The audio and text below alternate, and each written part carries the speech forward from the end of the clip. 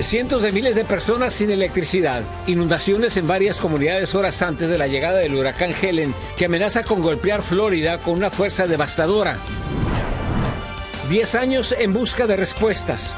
Miles de personas toman las calles de la Ciudad de México, recordando a los 43 normalistas desaparecidos en Ayotzinapa. Una queja por tener la música alta terminó en el violento arresto de una joven latina en el estado de Texas. El actuar de los oficiales causa indignación en la comunidad.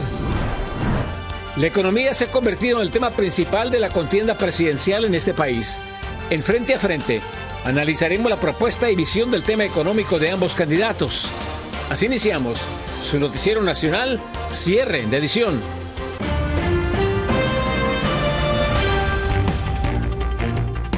Muy buenas noches, bienvenidos a su noticiero nacional, cierre de edición. Les informa José Armando Ronstadt. Mil gracias por acompañarnos.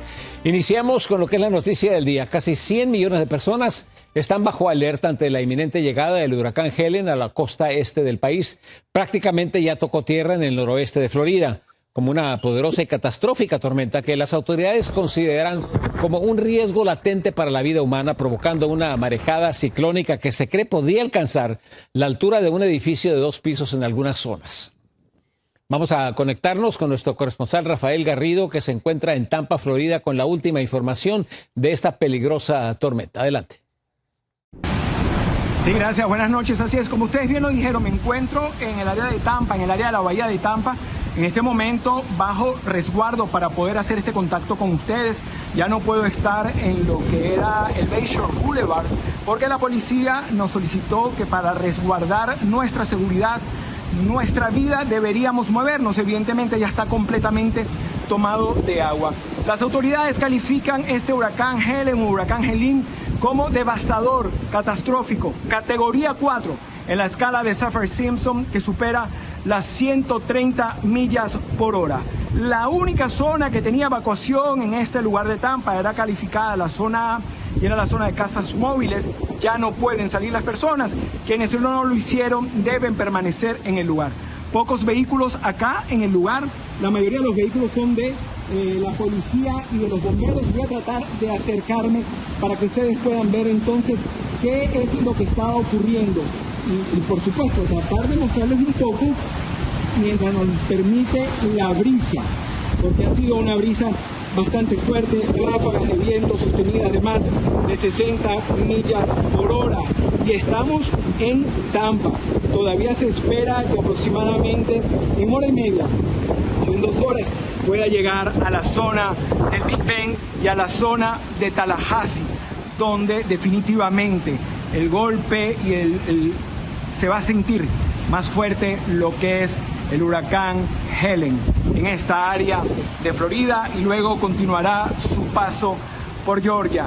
Varios apagones de luz, hemos visto varios oficiales de los bomberos desplegarse por esta zona, tratando de verificar además el sonido de alarmas que no vayan a ser incendios que se están presentando debido a los altos y bajos de la corriente de la energía eléctrica y que puedan presentarse algún tipo de cortocircuito.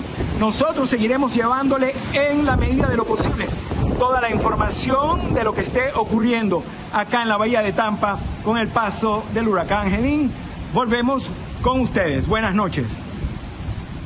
Gracias, buenas noches. Por su parte, 5 estados ya han declarado estado de emergencia por la llegada del devastador huracán Helen. Este miércoles Virginia se unió a Florida, Georgia, Carolina del Norte y Carolina del Sur, quienes ya habían emitido la misma orden para estar preparados ante la emergencia. Y es que ya hay algunas partes de estos estados que sufren severas inundaciones, incluso antes de la llegada de la poderosa tormenta. Pasamos a otro tema. Este jueves 26 de septiembre se cumplen 10 años de la desaparición de los 43 normalistas de Ayotzinapa y con eso en mente hoy cientos de personas realizaron una marcha exigiendo que salga a la luz la verdad y que por fin se haga justicia. En la Ciudad de México, Arturo Vega nos cuenta cómo transcurre el día de hoy esta marcha. Arturo, muy buenas tardes, adelante. Un gusto saludarte a ti y al auditorio. A 10 años de la desaparición forzada de los estudiantes de la Normal de Ayotzinapa, familiares, compañeros, colectivos y organizaciones de los derechos humanos se reunieron en el Ángel de la Independencia para marchar rumbo al Zócalo capitalino. Es una década exigiendo justicia primero al gobierno del expresidente Enrique Peña Nieto y ahora a la actual administración de la Cuarta Transformación. Según los padres de los normalistas, esta administración les ha fallado. Escuchemos las siguientes voces. Pues no cumplió el compromiso del presidente, no concluyó esa promesa que hizo, a pesar del decreto presidencial, y no quedó, no llegó, no resolvió el caso. Nunca nos dio una respuesta favorable. La respuesta que nosotros hemos deseado es saber el paradero de nuestros hijos. La marcha transcurre sobre Paseo de la Reforma bajo una intensa llovizna. Cuando los manifestantes lleguen a Avenida Juárez se encontrarán el primer perímetro de la Ciudad de México amurallado con vallas metálicas que, según el presidente de México, se instalaron para evitar confrontaciones y que los inmuebles sean dañados. Al inicio de la marcha se escucharon algunas detonaciones, sin embargo, hasta este momento transcurre de manera pacífica. Regreso con ustedes al estudio. Gracias, Arturo. Miren, acusado formalmente el alcalde de Nueva York, Eric Adams, de 5 cargos federales relacionados con corrupción que incluyen soborno y fraude electrónico. La acusación de 57 páginas detalla acciones ilegales desde el año 2014, incluyendo la aceptación de contribuciones ilegales de funcionarios y empresarios turcos. Además, Adams ha negado todas las acusaciones y dijo que no va a renunciar. Es el primer alcalde en función en enfrentar un proceso penal en este país. Y continuamos en Angleton, Texas, donde la policía está siendo acusada de brutalidad luego del violento arresto de una joven de tan solo 23 años. Connie Flores habló en exclusiva con la víctima y su familia y tiene detalles sobre lo que verdaderamente ocurrió. Okay, you're making her pass out. Hey! Don't do that! You passed her out. He passed her out. He passed her out. What? Destiny! He passed her out. Just chill, Destiny.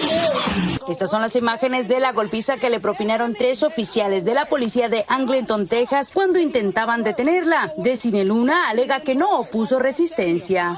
How I feel is like I was terrified, I was scared, like I didn't know why they did that because they came for music first of all, and I did what they said to turn it down, and they went over and beyond. El incidente suscitó frente a la puerta de su apartamento, donde recibió golpiza en su cabeza, la cara, piernas y sus hombros. Close the door. No, ¿cómo cierra la puerta? Te estoy diciendo que ella no podía respirar. Ya sus ojos estaban volteando, o sea, ¿y qué podía hacer uno?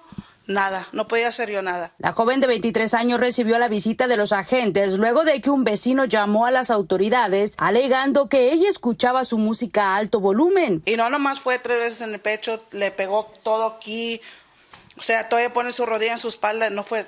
Todo lo que ellos hicieron no fue necesidad. Pero una vez cerró la puerta, dice que solo comentó que creía que tenía una orden de arresto por manejar a exceso de velocidad. Abuso bastante, porque nosotros creemos que tenemos personas que nos atiendan y no es así.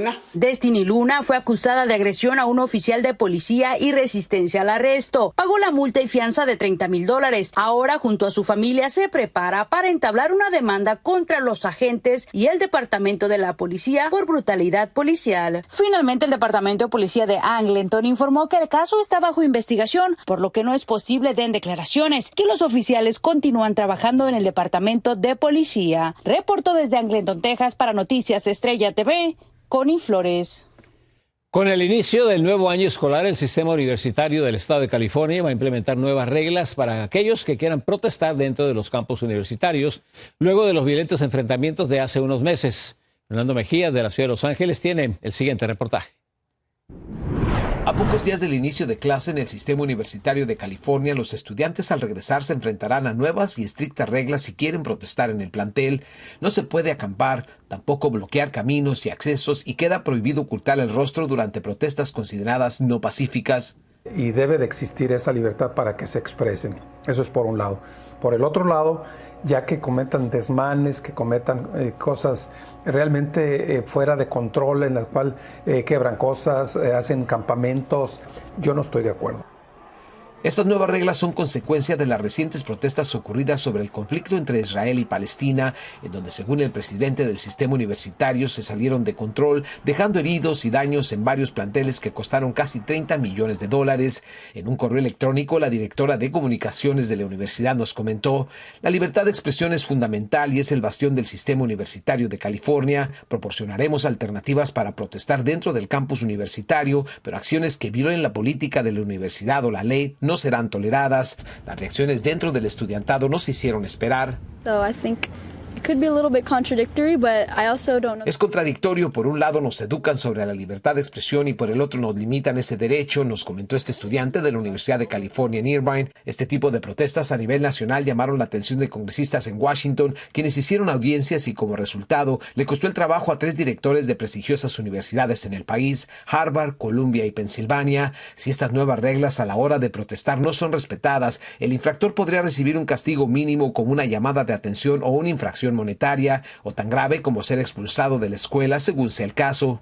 A mí me preocupa mis compañeros o los estudiantes que no cuentan con documentos legales. El hecho de no poder cubrirse o guardarse de cierta manera me parece un poco concertante. En el estado de California está prohibido traer el rostro cubierto mientras se está cometiendo un acto ilícito. En la universidad fueron muy claros: mientras se esté protestando de manera pacífica con el rostro cubierto por motivos de salud, eso será permitido. De lo contrario, será castigado. Fernando Mejía, Noticias Estrella TV. No le cambie, sigan con nosotros, tenemos más noticias al regresar. La economía, un punto crítico de las campañas presidenciales. Tenemos análisis frente a frente. El futuro de la construcción de viviendas podría estar al alcance de una impresora. Los detalles y las imágenes en cuanto regresemos.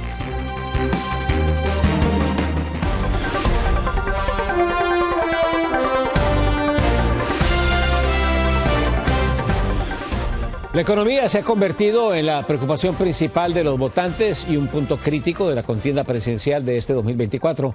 Tanto Kamala Harris como Donald Trump buscan la preferencia del electorado con propuestas muy ligadas a sus partidos políticos, pero a la vez muy diferentes. Por un lado, la demócrata Kamala Harris, en un plan de 82 páginas que acaba de presentar, incluye, entre otros puntos, medidas claves como ofrecer $25,000 a nuevos compradores de vivienda, prohibir la especulación de precios en supermercados, reducir aranceles, fomentar la fabricación de energías de bajo carbono y ampliar exenciones fiscales para padres con bebés para ayudar con los costos del cuidado infantil. Mientras tanto, el republicano Donald Trump en su propuesta económica está apuntando, entre otras cosas, a reducir el costo de vivienda, pero para esto propone deportar migrantes para disminuir la competencia por viviendas. Además, planea crear empleos mediante impuestos a productos importados, obligando a trasladar la producción a este país. También busca reducir el alto costo de alimentos, prohibiendo aquellos cultivados en el extranjero. Y para hablar más acerca de los planes económicos de ambos candidatos esta tarde, en Frente a Frente, nos acompañan las analistas políticas Gaby Peroso y María Luisa Arredondo, a quien les doy las gracias por acompañarnos. Gaby, déjeme empezar con usted. Gracias nada más por acompañarnos. La propuesta económica por parte del Partido Republicano, más dicho por parte del presidente Donald Trump, en cuestión de viviendas, de deportar a migrantes para abrir la competencia para viviendas, ¿cuál es su opinión sobre eso?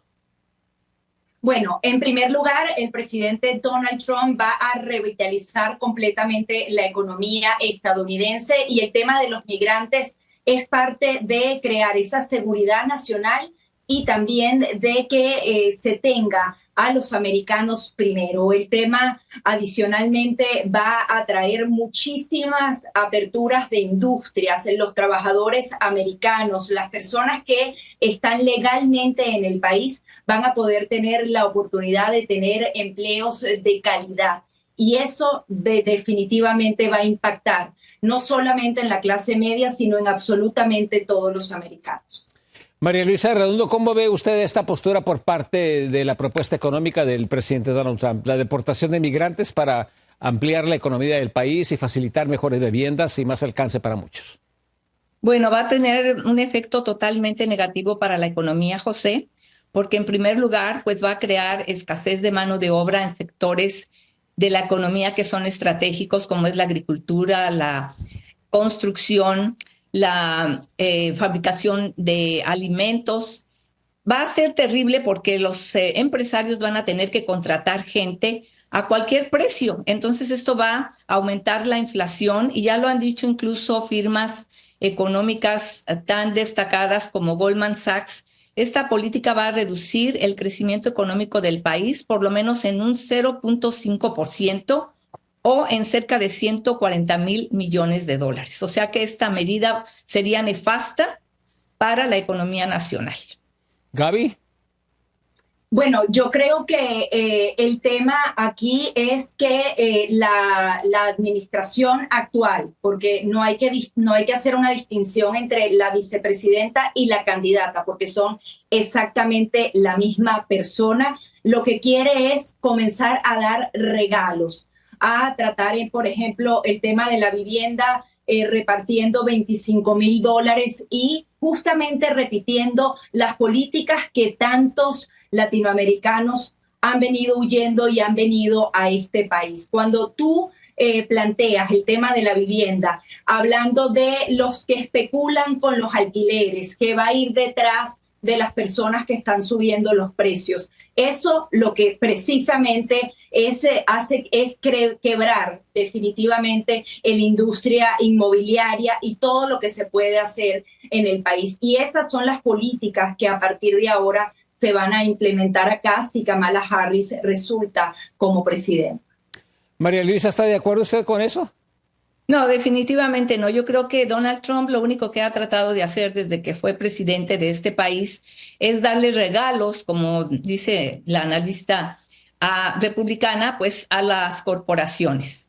Él ha tratado siempre de reducir los impuestos al máximo a quienes son multimillonarios y esto lo único que ha hecho es aumentar la brecha entre ricos y pobres. En su plan ahora él lo que está diciendo es que va a reducir impuestos para todos, pero sobre todo para las grandes corporaciones, a quienes les piensa bajar los impuestos del actual 21% al 15%, lo cual va a crear obviamente más inflación.